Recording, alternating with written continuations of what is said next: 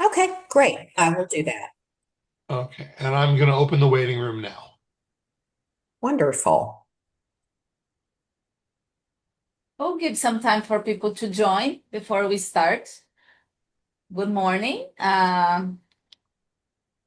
We'll wait a few minutes until people can join.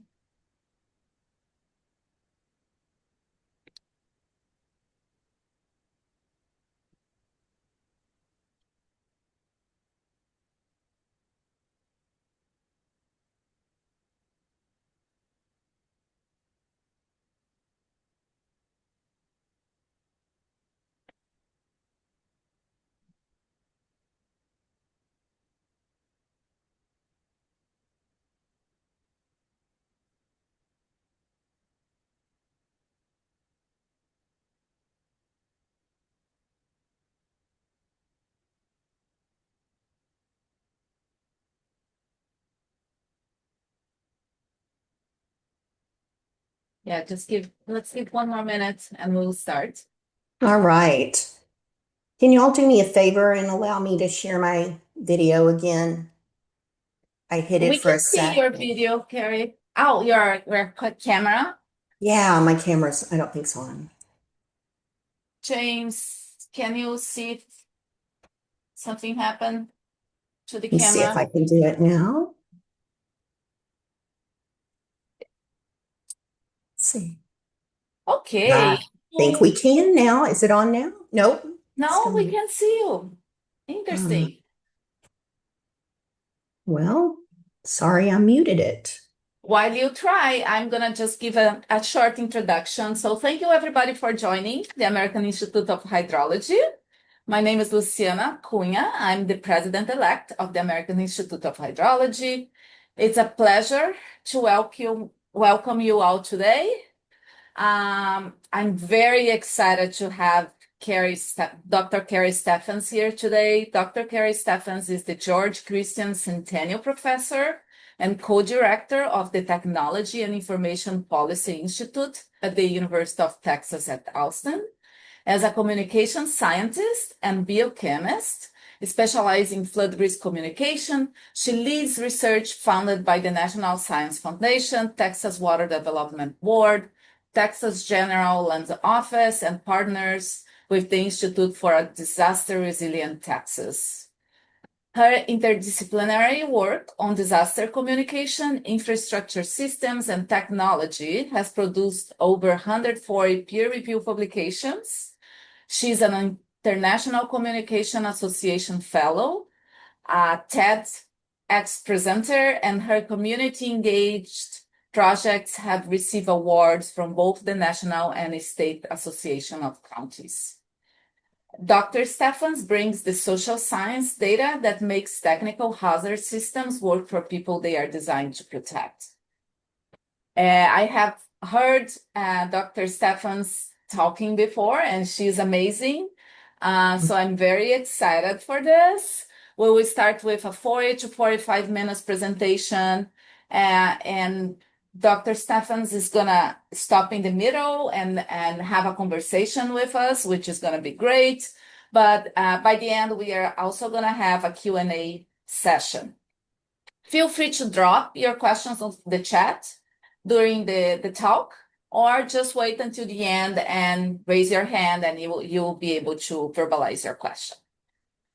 Dr. Carey, it's a privilege to have you here with us today, and thank you all AIH members to join. With that, please take over. Great, great. Well, welcome everybody. I'm excited to be here. I'm going to be talking about really kind of this last mile of communication. And I do want to start off and just acknowledge and say I'm fortunate a lot of different state agencies, some industry, as well as the National Science Foundation has funded a lot of my research. And so that's really what makes a lot of my work possible. And it especially makes my work possible at what I would consider kind of a higher level, where I'm really involving users into the various research projects that we're doing. So let's start off and let's talk about a problem. I would say that in my work that I've done, really a lot of times we have flood products and data that get developed and they're really high quality outputs. But then something happens. They lose fidelity in translating those to decisions. And obviously, the National Weather Service, I think, is a really good example of that. They're telling us, don't attempt to travel or drive, and we still are having trouble with people doing that. So bridging those kind of gaps are really the area where my research has been focused in the last decade. Now, why does this happen? Why are people not doing the things that we know are good for them to do? Now, I think many of you out there know a lot about behavioral and social science, but let me just kind of review with a few things.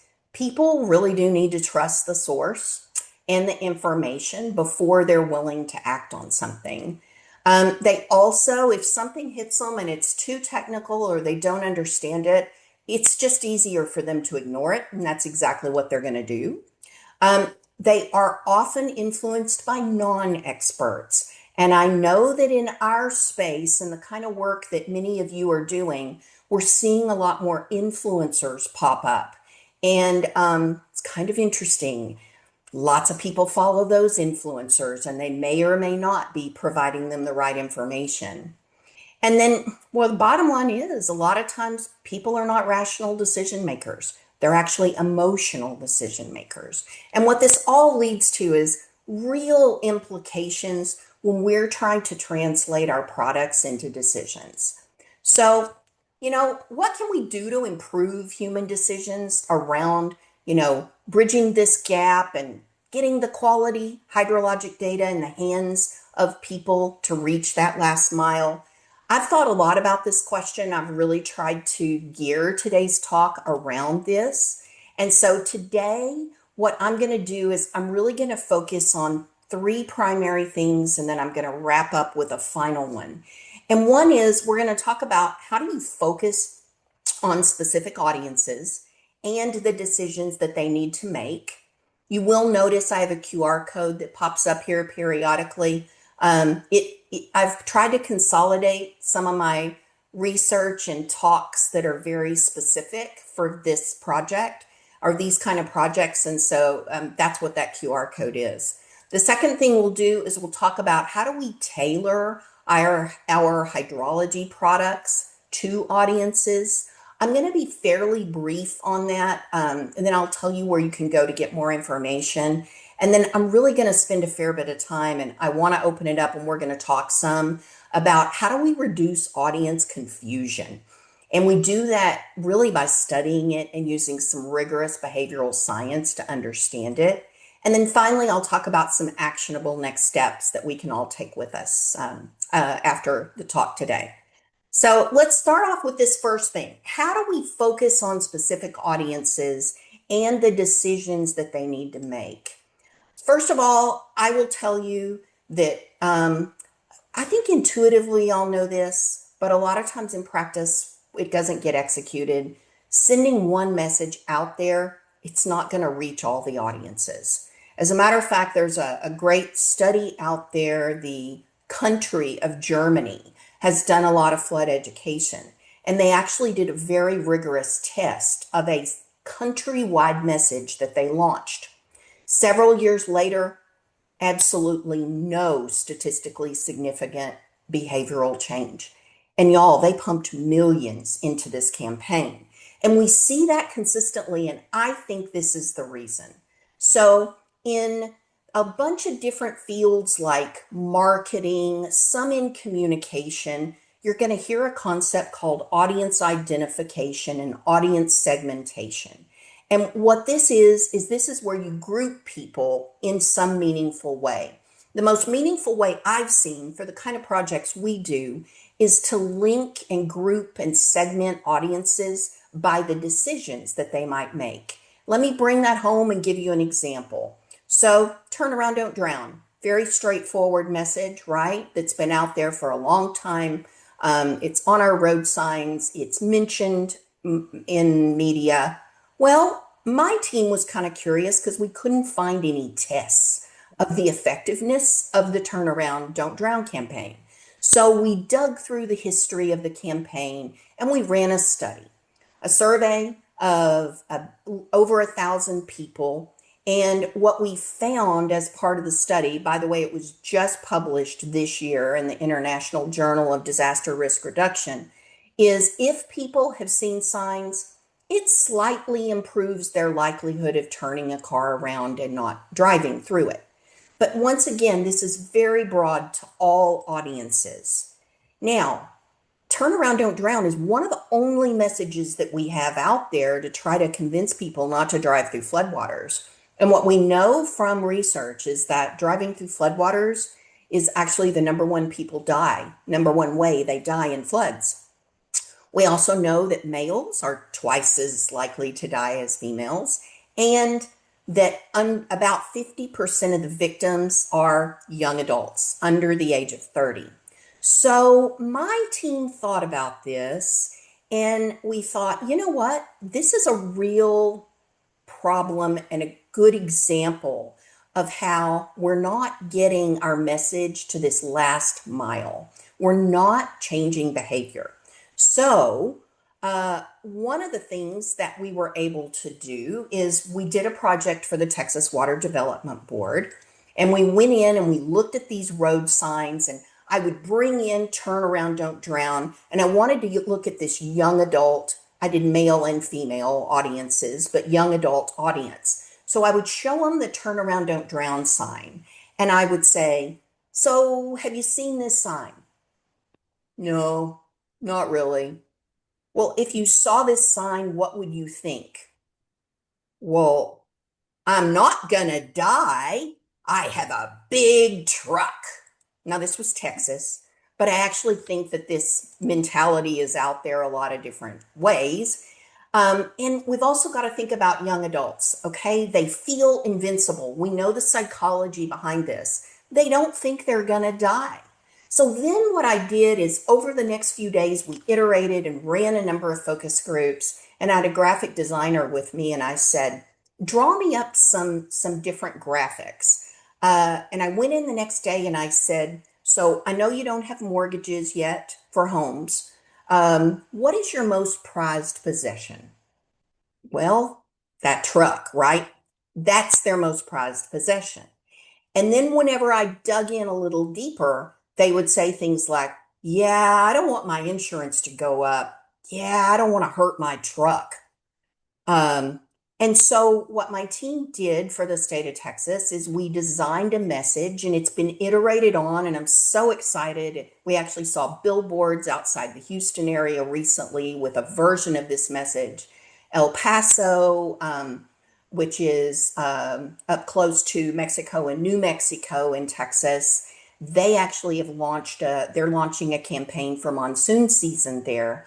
And it is essentially keep your car high and dry. So it's reminding people that they don't want to hurt their truck. It is subtly sending this message of, yeah, I don't want my insurance to go up. And it's getting around the issue that young people feel invincible, and Turn Around, Don't Drown might not be the right message for that age group. Now, it might work fine for a lot of people, but we're talking here about segmenting our audiences and thinking about getting our messages in ways that are going to change behavior. This right here is an example of something that can change behavior. So I thought I'd also share some of the things that we're doing in Texas, because I've gotten to work with a lot of different funders there. And so first of all, my team over the last couple of years has designed some guidelines for the state of Texas for the development of new products in this space. It's called the Texas Integrated Flooding Framework, TIF. Actually, the final report is online. You can Google it and find it. My team worked specifically on components 2 and 4, and it was digging into the research behind how are we going to communicate and how are we going to visualize flood risk. And so one of the things I was most proud of is we were able to get everybody to shift their vocabulary, because when we went into the project, everybody was saying, end users, we need to find out what to do for end users. And I went back to them and I said, y'all, if you call them end users, everybody's going to think you only involve them at the very end after the product is designed. But actually, that's not right. Let's shift and let's call them just users or target users if you want to kind of specify. So one of the things that we did here is we established very clear objectives for how you involve audiences early in the process. So let's take a look and I'll walk you through what that looks like because it's very much aligned with the target user. So you're thinking about who your user is. And then what you want to do is you want to make sure that you're designing products that are not just functional and reliable and usable, but we want to bump them up to this experience level. So we want to make them accessible. We want to make them interactive and we want to make them meaningful. Now, along the way, we're going to be focused on these different target users. We're also going to involve our stakeholder communities, so people who can influence them, people that they need to talk to. Our goal is to reach high fidelity communication. And what we mean by that is communication that actually works, that's designed for these various target users. Because our goal here is we want to motivate their behavioral change. So my team got to actually work with some of these guidelines in the lower Rio Grande Valley, and that is in the very southern tip of Texas. Part of it is along the Gulf Coast, part of it's a little more inland, but the huge issues they have there are drainage issues. It's fairly flat, it's old farmland that's been developed. And the other issue we have is illegal dumping. And so that's a real problem because people are dumping refrigerators in drainage ditches. And then whenever they get sometimes as little as even 5 to 6 inches, it can actually clog those drainage ditches. They have a huge flood in the area. My team also was able to publish some work out of that in a new handbook that literally was just launched in May, the Handbook of Infrastructure Communication. By the way, this is not the kind of thing I think y'all would all go out and buy. It's a handbook. It is 36 chapters. It's 500 pages. But you might Google the table of contents and see if there's anything in there that could be useful for you. We're really working to try to establish, and my co-editor is a civil engineer. And so we combined civil engineering with a huge group of communication researchers to try to make arguments that actually we've got to combine the two if we're actually going to change people's behavior and solve big problems. Another thing that we're working on in Texas is a project called Flood Analytics. The idea here is to identify target users, the decisions they make, and eventually to convert that into projects. One of the things I'm thrilled about is they let me use the TIF guidelines. And so we really have spent the last year interviewing and surveying 10 different user groups with the idea of developing a profile for what decisions they make, what are the challenges that they face, and the ultimate goal is to create these decision trees that will be able to feed into product development in the future. And that'll be completed. Actually, I just drafted my part of the final report this week. So it'll all be completed and reviewed by the Texas Water Development Board by the end of this year. We're also working on some toolkits for floodplain managers. I've studied and worked with a lot of different floodplain managers throughout the country. And, one of the big problems they have is, first of all, they vary all over the map in terms of their technical abilities. And so one of the big things that they get asked by people is, what does a 100-year floodplain mean? And by the way, y'all, the recommendation that's sitting out there, change and explain to people it's a 1% chance per year. I'm sorry, you can probably hear the sarcasm in my voice, but as a communication person, that is not the direction we want to go. People are even more confused about probabilities, even though we had it in like the second grade and the fourth grade and the sixth grade and high school and maybe college. It's amazing how people don't understand it. So we're actually developing some short videos to try to explain this. We're also working on better ways to explain BFE, BLE, elevation kind of concerns. creating some resources that I'll share with you in a minute, and some templates for these floodplain managers. Let me move next to this second category, and I'm just going to give you a few examples here. But once we know our specific audiences and the decisions they make, we then need to be sure that we're tailoring our products that we're producing to those audiences. And I'm going to give you two examples. So I'm going to go back to the lower Rio Grande Valley. Any of you who are working in places where drainage and urban flooding, pluvial flooding is a lot more of an issue. Some river flooding, some coastal, but it's really, I think, prominent with drainage. Sandbags can sometimes be a very good solution. But what we identified is that in the lower Rio Grande Valley, um, the drainage floods are affecting their homes, and the deeper issue is people aren't using sandbags properly. They just kind of throw them down and they think, oh, that's going to take care of the water, right? Not at all. So what we did is we worked with the local fire department and we developed instructions for this was specific to small businesses. We've now tailored this more to a more general homeowner audience and renter audience. Put it in a story format. One of the feedbacks that we got from the folks we were working with is in this community, Spanish is a very dominant language, and it actually would be better to have Spanish be listed first on the materials and English second. So we used that format. And then, when we actually distributed these, people are like, oh, I never realized I needed to overlap my sandbags. I never knew there was a way to stack it. So it's a great example of tailoring it to an audience and using a format that fits their needs to change their behaviors. Another example I'll give you is I'm increasingly concerned about our growing population of older adults in the US and the fact that lots of things change as people get older. And one of the big things my teams have found is they can be very easily overloaded with information for a lot of different reasons. Now, FEMA came out in about 2021, 2022 with some targeted materials for older adults. So what I did is I printed those materials out. I printed them in, I think it was 16 to 18 point font, and took them into some communities that were predominantly older adults. I would hand them to them and they would start flipping through and their eyes would glaze over and they would just kind of look at me and go, Carrie, just tell me what's most important. This is too much information.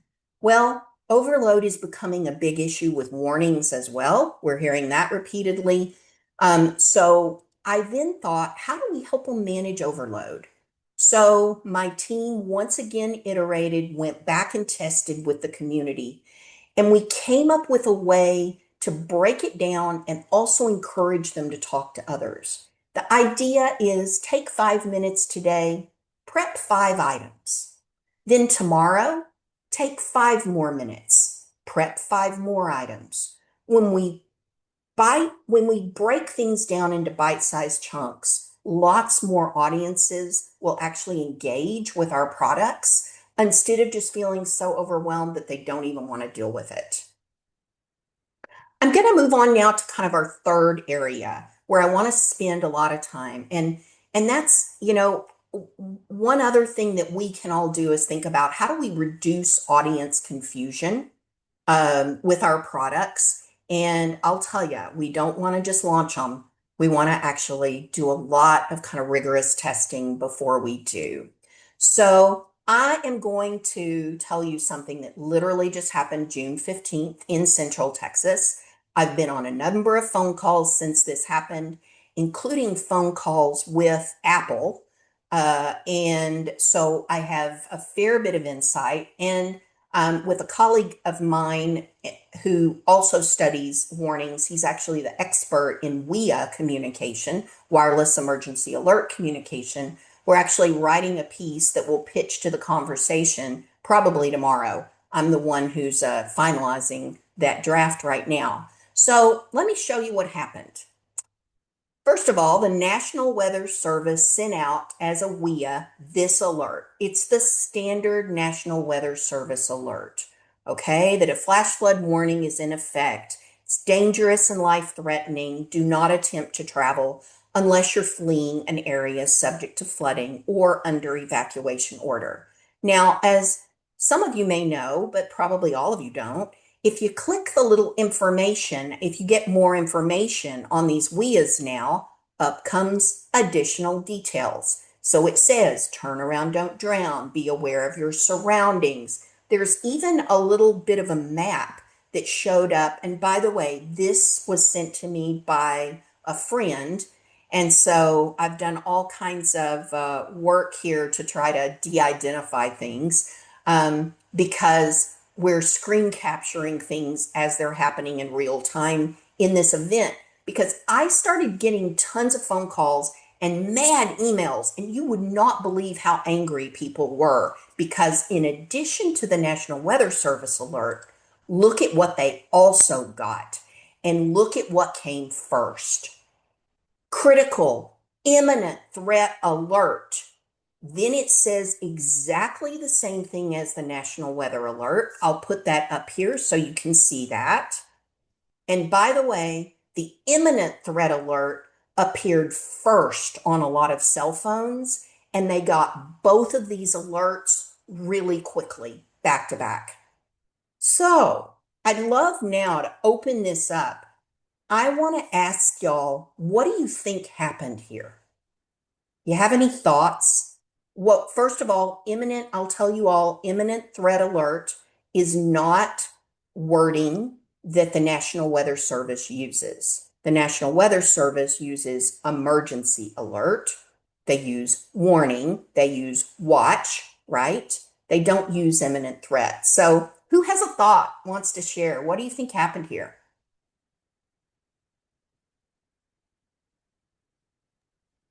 If you would like to speak, please raise your hand and we will allow you to Yeah. verbalize it, unmute and verbalize it. And while y'all are thinking, just so that you know, the times were exactly the same. It's just I needed to get messages from different people because of trying to de-identify it. So they were identical at the bottom. The only difference is critical imminent threat alert. And they could have appeared in either order. You might have gotten the National Weather Service first, and then the second National Weather Service alert second. Thoughts on what happened, y'all? So they both was National Weather Service. Is it two different systems? That's a Like great models? guess. And just so you all know, literally, people were emailing me and sending me screenshots going, Carrie, why is the National Weather Service bombarding us with all these messages? By the way, some people got as many as six. And in San Antonio 2 months ago, one person showed me 12 that they got. Oh Now, my God. the 12 that they got was because they kept changing the alert timing. They kept updating it. And so they legitimately got, now all 12 were not from the National Weather Service, but what my research has shown is that people don't know who these messages come from. And so if they signed up for a mass alert messaging in their community, that might have also gotten there. So that 12 was a combination of sources that people couldn't tell. And they assumed they all came from the same source and it was bombarding them. By the way, this looks like it's from the same source, y'all. It's not, it is not from the same source. You want me to tell you what happened? Okay, hot off the press. I would not have known Let's this if just read I, some of the people's what people put on the chat. So people freaked out. yes, they did. Folks started calling the police. Nobody Yes, knows what imminent means. Uh, yes, Attempt mass exodus, so more people on road and increased danger. yes. Seems like it was de-escalated, so less critical after multiple mass. So this is what people put on the chat. So So those are all great. And those are all things that could have happened. Um, mhm. So let me tell you this is to the best of my knowledge. When people started sending me this, I contacted my research colleagues who study WIAs. And I also contacted my local National Weather Service. The National Weather Service said, we don't send things that say imminent threat. That didn't come from us. And I said, well, it has your name in it. What's going on, y'all? And I work with them closely with the integrated warning team, and we're all now trying to figure out how we're going to address some of these kind of issues. So we then figured out that we think it has something to do with enhanced safety alerts that Apple has released in the latest versions of their iPhones. And so we got on a phone last Friday with Apple and we asked them, what's going on? And the bottom line is Apple and I think they have the very best intentions. The intentions are to amplify, which is a marketing strategy that is used in a lot of other contexts, to amplify a WIA message exactly the way that it says and send a second alert to all their iPhone users. But they wanted to differentiate it, so they decided imminent threat alert was the term they would use.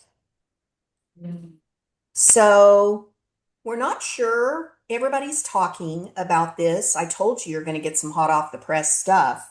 I don't know where this will land, but good intentions. But I think this is such an example of I don't think the word imminent was tested with audiences because that is what, and I have not done a test of this in less than 2 weeks. But the anecdotal evidence that I'm getting from people is that word really freaked them out because they'd never seen it before in an alert. The other thing is they were very angry at the National Weather Service because they thought the National Weather Service sent them two alerts back to back. And a host of other challenges. So work in progress here. Stay tuned and we'll see what happens. But I really empathize with the National Weather Service because they're trying so hard to get control of their products and they're really doing things right. They have a great reputation for really following the WIA framework. There's a 5-component message structure that's been really well tested. NWS does it some of the best out there. And so now we have new challenges. And by the way, there are now news reports, and there was one news station who went on air and posted an article telling people step by step how to turn off all their alerts on their cell phone. Oh, it's not what we want, y'all. It's not what we want. But I also understand that human behavior because what time did this come? 2 a.m. So they got all these alerts in the middle of the night. So that's the real kicker here, I think. It woke people up. They were furious. And whenever people ask me about, shouldn't I be angry about this? My comment was, I'm also doing work on flash flooding that happened in Central Texas. And those people would have given anything to be awakened 3 times at night because it would have saved their loved ones' lives. All right, so I want to give you some more examples of conflicting messages. How many of you have seen a low water crossing sign? It's all over the place in rural Texas in particular. I grew up in rural Texas, so I'm very familiar with this sign. But I also did a focus group and I asked people, when you see that sign, what does low water crossing mean? Well, found out that some people don't understand it. What they think is that it means the area is safe because only a low amount of water gets on the road in the area. And I'm like, no, no, no, no, no. It's supposed to be a caution sign. So we now have additional concerns because some of our local drainage districts and river authorities are coming up with some great high water alert systems. So here's my question, y'all. If the public sees a low water crossing, and a high water alert, let me ask you, are they supposed to act on low water or high water? Now, the good news is I'm going to get to actually talk with the Texas Department of Transportation. I'm already in conversation about this with them. There's an alternative sign out there that's called Road May Flood. I haven't seen any issues with that sign, but I'm really hoping my goal is to actually impact flood and safety policy, and really start talking about the implications of these signs that are out there, but we haven't necessarily tested them. What I'd like to do next is I'd like to talk about one of my ongoing current National Science Science Foundation grants that's in a rural community, because it also really helps us understand the confusion that's happening. These were the Central Texas floods that happened almost a year ago that took a lot of lives in Texas. My team got a National Science Foundation grant. We're very interested to know what worked. What's out there in the media is a very small portion of what actually happened. And so our research is uncovering a lot of very rich information. I have a very interdisciplinary team that we're working on. We're making really good progress with it. So I thought I'd share a few of the early findings with it. And I will tell you, these are hard problems to solve. Don't have answers yet. First of all, there are a lot of issues with warnings and alerts. I told you I'm working with my local integrated warning teams. We're really starting to have good conversations about this. In this part of Texas, they have limited cell service. I was out there one day in my cell. I have AT&T. I pay for a premium service. I was on SOS for 8 hours. So very serious cell service issues. This flash flood happened at night. It happened very rapidly, and people just were not aware. Other things we're uncovering is a lot of older adults take their hearing aids out at night, people of all ages who have a hearing aid. And so we've got to have multiple ways to warn people. You may have heard that the state legislature has issued some funds for people to put in sirens in communities. Well, let me share with you. First of all, I think that's probably good for a lot of communities, but let me show you the area we're talking about. This is Flash Flood Alley in Texas, the center part. It also happens to be Tornado Alley. And so what's going to happen is when a siren goes off, people are going to wonder what to do. And for a tornado, we can send them messages that say, get underground or get low, right? It's one message. But that is a real problem for floods, because sometimes we don't want them driving, or they're going to get on a road and they're going to die in flood water. Sometimes we need them to get high. And so the instructions change depending on where people are physically located. They also change depending on the hydrology, right? On the way the water's falling, the storm patterns. Flooding is such a complex issue. We've only started to scratch the surface on this. A few other early findings I'll share is we're coming up with a consistent finding that when people that they trusted told them to either evacuate, get out of harm's way, that is very important. The most vulnerable population here are people who aren't local. The other thing is a lot of people, some people were very prepared, like camps, caretaking organizations had great evacuation plans and emergency action plans in place. Others didn't. So it varies a lot. Um, as we start to kind of come to the end of my prepared talk, I would just want to remind you of a few things. We talked about how focusing on that specific audience and the decisions that they need to make can help us get to that last mile, to tailor our products to audiences, and to try to reduce audience confusion and not just launch things before we've actually tested them.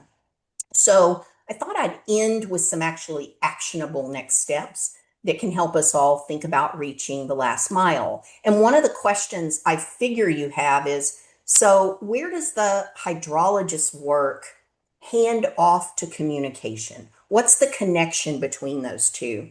And this is something I've thought a lot about in my work with the Texas Floodplain Management Association, with floodplain managers across the country, and a lot of the hydrologists and civil engineers that I work with. Well, first of all, it is not at outreach or reach and stakeholder education. That is not where the handoff happens. By the way, outreach and stakeholder education, super important, but that is not where that handoff should happen. It's too late if we think, oh, we designed this perfect product and now go out there, do outreach and stakeholder education. This is not what I have shared today in terms of how we're really going to reach that last mile. So a few actionable next steps for us. First of all, there's a concept called co-design, and that is the idea that we are bringing our potential audiences in with us as we are developing products to try to understand how they might use it, what their needs are, what decisions that they have. And it gives us an opportunity to listen to them talk through how they would make the decision. And by the way, I mean, I come from a biochemistry background. Part of the reason I went back to school at 30 and became a social scientist is I could not figure out why people didn't make logical decisions. But if you listen to people talk, including me, we all do this. A lot of times our emotions are coming to play in our decision making and not logic. And if you want some more examples of co-design projects, you'll see that I've talked about a whole lot in my publications and on some videos I have. The other actionable step is we need to test our products before they're released. Design them in rigorous ways to think about social and behavioral science. This is not necessarily our opportunity to make the most snazzy marketing decision. Actually, I think once we've done something that's scientifically sound, then handing it over to make it snazzy, sure, that works great, but don't skip that step of actually rigorously testing this to understand how humans are going to behave. Test what we've designed and developed on different audiences. One of the things that I'm working on right now is a concept that I'm calling a message development studio. It's the idea of taking theories from economics, from communication science, from a lot of different social and behavioral fields, and testing messages in different formats through different channels to try to figure out what's working, what is getting us to that last mile. By the way, this has not been done in this space. So talking to lots of different people, writing lots of different proposals to try to get this type of an experimental design, rigorous project funded. And then finally, collaborate to make a difference. I will tell you, I've been very inspired working with the integrated warning teams with NWS and NOAA. They just kind of have collaboration at their core. It's not always easy to collaborate, but I think that they value it very highly. And I think that in our field, we can't lose sight of the fact that we can't do this alone. We need to be partnering on these projects. You know, a lot of people ask me whenever I talk about human behavior and decisions that they make, they're like, well, how have you learned all this about people? Well, I thought I'd share with y'all that I am not the kind of academic who sits behind my computer and runs models.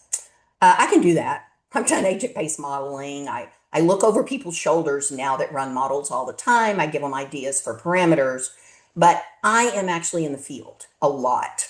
This is one of the only weeks this summer that I am in my home office and not out in the field, because I think when we're talking with actual users of products, that's how we're really going to make a difference.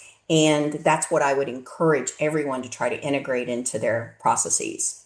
So I could probably have about 10 slides with the collaborators that have been parts of these different projects. I really want to acknowledge them. We've had amazing support in the state of Texas. I'm at the University of Texas at Austin, but Texas A&M University, a huge rival in football, However, we're partnering on a regular basis. We're working with AgriLife. We're working with the state agencies. All of us are trying to work together to try to really make a difference and change how we're talking about flooding. So thank you all so much. I think that, wow, I think we're exactly right on time so that I can open it up for questions. And I really look forward to talking with y'all some more. Thank you. This is wonderful. Thank you so much, Carrie. I knew this was going to be great, and I feel like all hydrologists need to watch this presentation. Thank Like you. a Thank lot of you. information there. And we tend to, be on our computers and focus on our modeling. We need to open our mind to think about that last mile for sure. I have so many questions, but I will start with the questions on the chat. Okay.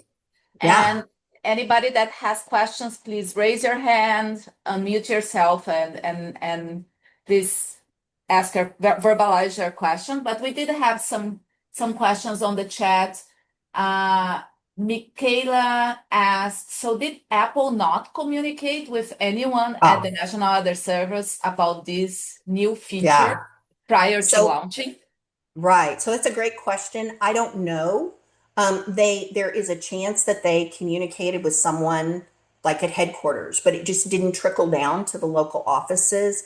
It's possible they communicated with some local offices, but I do know that I'm talking with some people who did not know where the wording imminent threat came from and were very confused because they were like, that's not part of our WIA product that we send out. So how would you deal with that, right? It's a tricky one because is it something that needs to be regulated? How Well, do you do that? possibly, Uh-huh. possibly. So I have a colleague. His name is Hamilton Bean, and he is at in Denver at the university, and he does work on WIAs, and he actually has worked with the FCC, and so they're working on talking about these issues. I think that the technology providers, our cell phone providers, have really, really good intentions, and I have argued for a long time that where what we really need to be doing is we need to be collaborating with the apps on our phone for like Waze and Google Maps Yeah. because this is the device that people are using as their lifeline. And I've studied mobile devices and mobile communication for decades. Um, we this is a powerful tool. This is also an example of where we all need to be working together, doing a bit more research before we release things. And then, yeah, we've got to have these technology providers working with us because they have the ability to push messages in ways that none of the rest of us do. Yeah. And the providers is of technology is one side of the picture, but there is like social media and influencers, like you mentioned, Oh, that we have no control yes, of, right? Like, should they be held right. accountable for whatever misinformation they provide? And that, that's another big challenge. And a lot of communication researchers are working on various forms of disinformation that's out there. I would say influencer communication. I saw an absolutely fantastic example of how to involve major influencers with one of the integrated warning team meetings that I attended. They invited the local influencer to their team to Oh, talk with all of the official organizations because their thought was correctly, we're not going to beat them. Let's be sure that they're informed and let's work together. I think mhm. this is the way we do this. We don't, we can't there's so many times that I've heard people who work for uh, public organizations, and they're like, "We just need to do better. We need to get our message out there," and that is all true. That is true. But the amount of dollars behind true marketing efforts and social media marketing, I don't think we have enough money to be able to overcome some of what's out there. Our best hope is to pull them on our team, educate them, and then actually maybe amplify what they say when it's correct. lots of different creative ways that we can think less about competition and more about collaboration. Yeah, absolutely. So math struggle with national standard alerts from agencies that do not fit local conditions and facilities. We have worked with our local office to help clarify notice, but they are stuck with the standards in many cases. Yeah, could you read that one more time? I'm kind of scrolling through, but I missed some of that. Yeah, so he's basically saying that there are national standards that they have to Yes. follow, but the Hmm. national standards does not cover all the specificities of the local and regional places, right? So how do you, Correct. so it kind of pushed back for to not regulate. Let's not regulate because each Yes. location has a specific uh, Yes. problem. Absolutely. You raise a great point. And I will tell you that the different groups that I'm working with, we're all talking about this. And I'll give you an example. That imminent threat warning and the emergency alert warning that went out to people. I had a colleague who called to see if the roads were safe. And she was supposed to have her daughter at an event the following morning. And she was like, look, I got all these alerts in the middle of the night. I don't know if the roads are safe. I can't figure this out.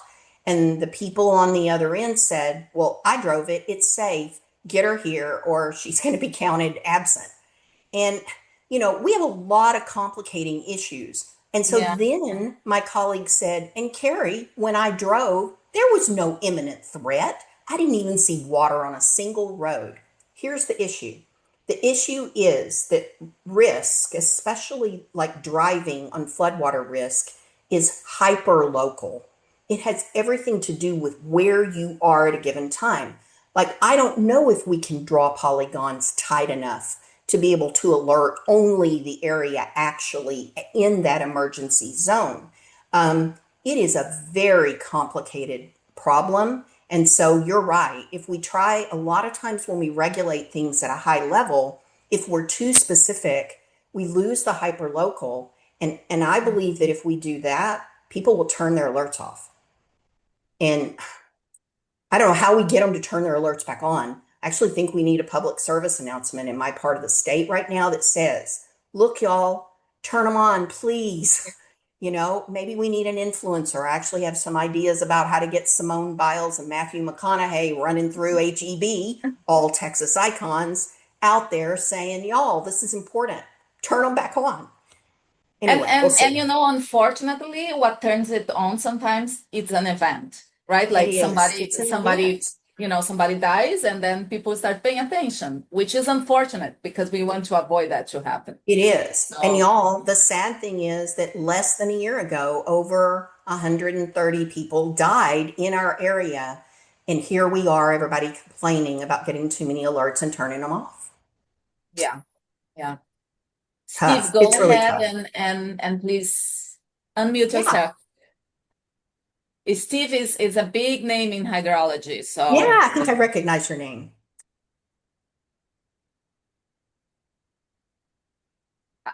okay, yeah. Is it okay? Yes, we can Yes. hear you. So, I'm Steve Burgess. I've been paying attention to these issues for 55 years. A couple of things I want to comment is we've lost a lot of what had been known, Yes. largely because educators are clueless on what they're teaching in aspects of this.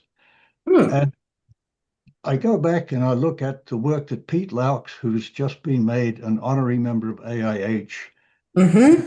computer graphics he was setting up or plans to show what inundation would look like, what risks were about, and somehow that's not being conveyed very Hmm.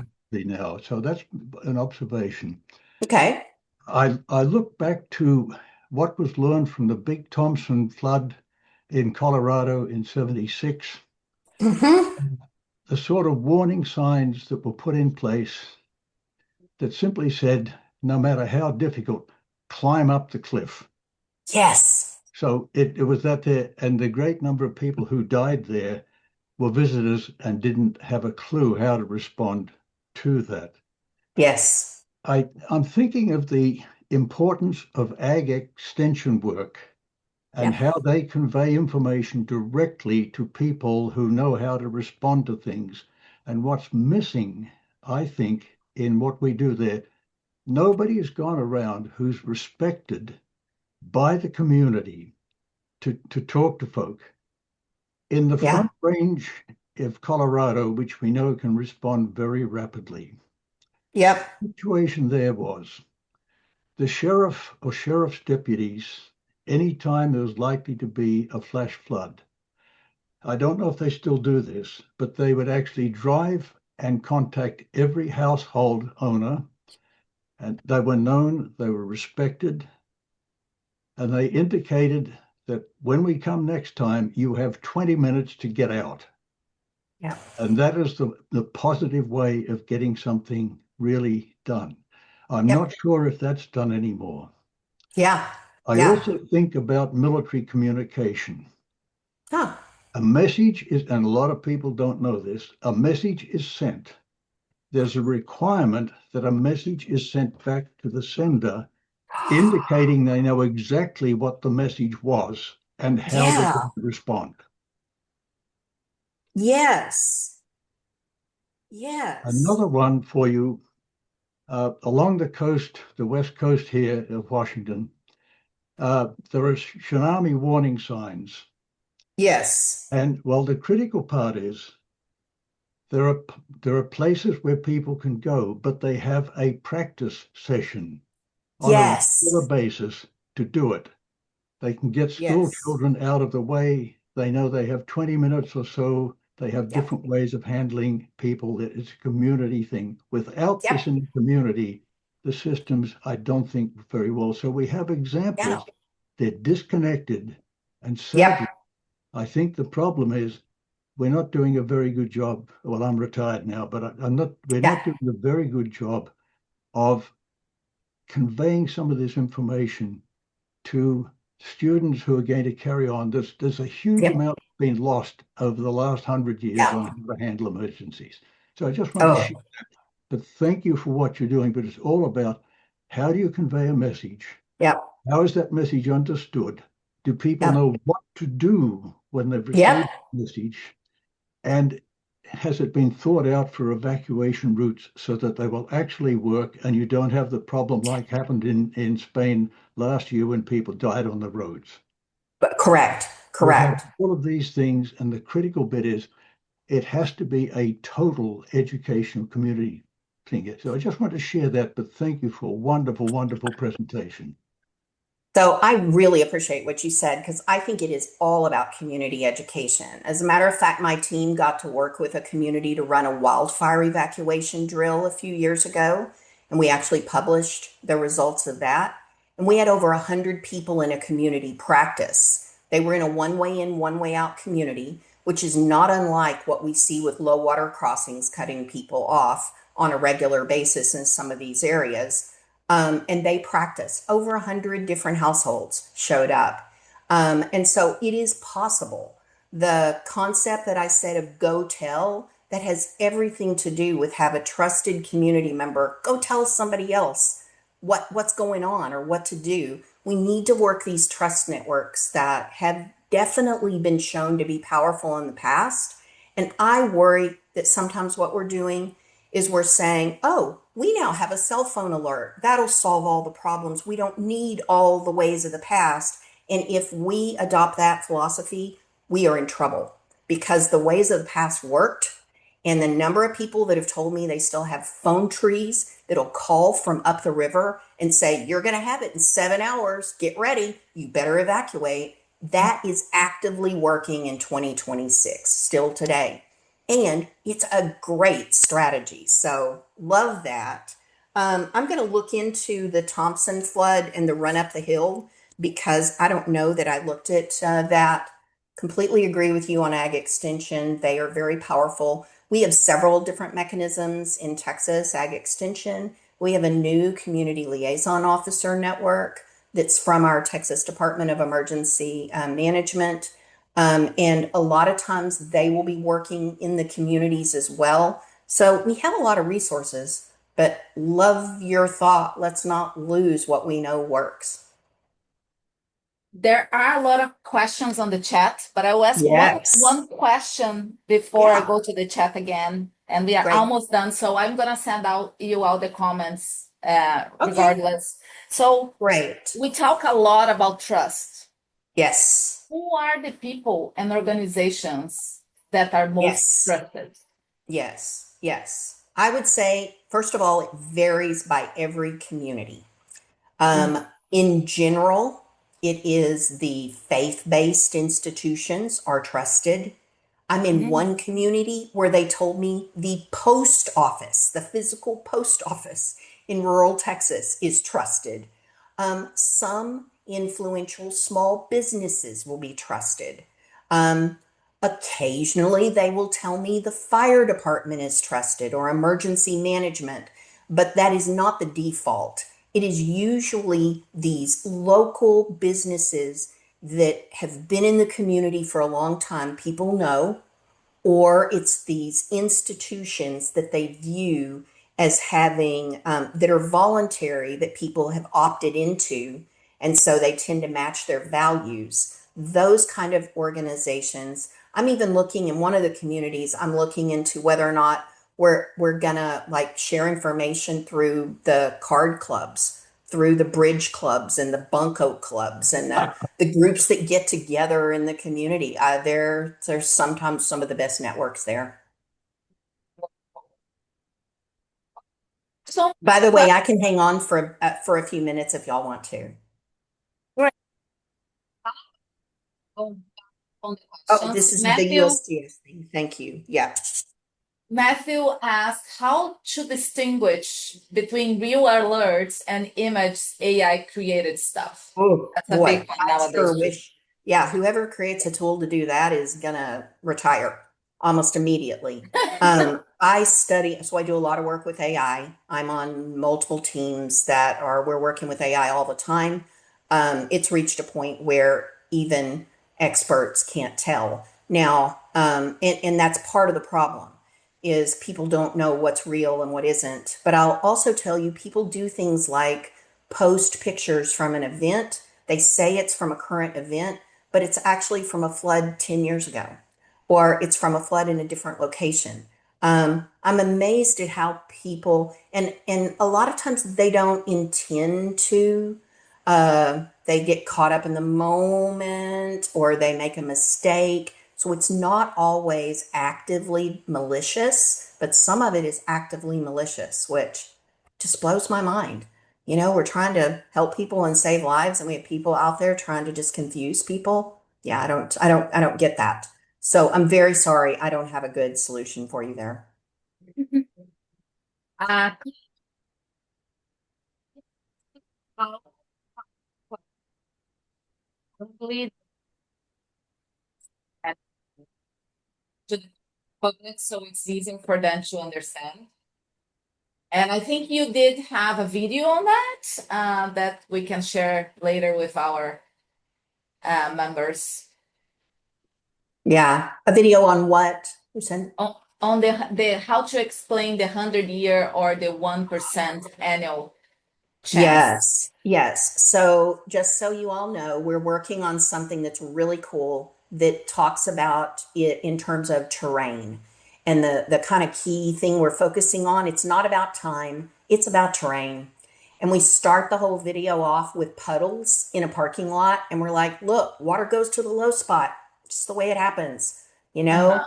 And we debunk the idea in the video that whether it happens in 100 years 1 year, 10 years, doesn't matter. It's about where the water's going to go when a certain amount falls. And so we're going to test that video against another one that we're creating. And both of these are funded by the Texas General Land Office. And we're going to have two videos. And we're also going to test the standard 1% chance per year, as well as a 100-year floodplain example. We'll run it through an experimental design to be able to tell which one people can understand best, which one's likely to impact their behavior the best. But so far, this idea of it's about terrain is really resonating well with people. I hope that they will that we'll be able to get that in and totally approved by early 2027 to be able to release that. And then I have some other things that are out there that you definitely can look through that you might find helpful. We have a guide for local flood officials that's gone through worldwide some of the best examples of flooding, and tsunami warnings come up consistently on that. Some of the work they've done in Japan is really fantastic on that. That is up there under the Texas Water Development Board website. My team designed that guide with a bunch of different resources for people to access. And then everything we do for our federal projects, we make publicly available. So you can just find lots of different things out there that we've tried to share back with the community. Great. I'll do one more questions and then we have to let Carrie go. So Schuler, and I hope I'm saying that right, said, great presentation, thank you. I want to get more funding for co-development and audience research. Have you Yes. found compelling arguments, evidence to share with potential clients and collaborators for Yeah. why this work adds value? Yes. So, two thoughts there. First of all, you might be able to reference the fact that the state of Texas now has guidelines that actually, they're not requirements, they are guidelines that suggest that co-design happens. And that's in that Texas Integrated Flooding Framework document that's out there. Sometimes being able to reference that could probably allow you, if you're an engineer needing to put that in a proposal to justify it, you can say, look, this is there are guidelines in other states. We would like to follow this as well. And then I would say that in the academic research around co-design and participatory methods, there's a lot of different terms out there. There's very compelling evidence. There is one piece by Barbara Ryan in an International Journal of Disaster Risk Reduction, where they did a systematic review of these different community engaged approaches and demonstrated that when you have people involved in co-design, you get better outcomes. So there's actually a lot of scientific evidence for this, but you're right, it costs money and it takes time. And so a lot of times getting that into a budget, I will tell you, I'm right now, I have written on my board, Carrie, quit getting defensive, because I just want to like tell people, if you really want to make a difference, this is the way you've got to do it. And you know what? It costs money. And communication is not an afterthought. And involving your audience is not an afterthought. I love So, that. Yeah. yeah. Okay, love it. Thank you so much, Carrie, and thank you everybody for joining. See you next month. Yeah. Thank y'all so much. Appreciate it. Bye-bye.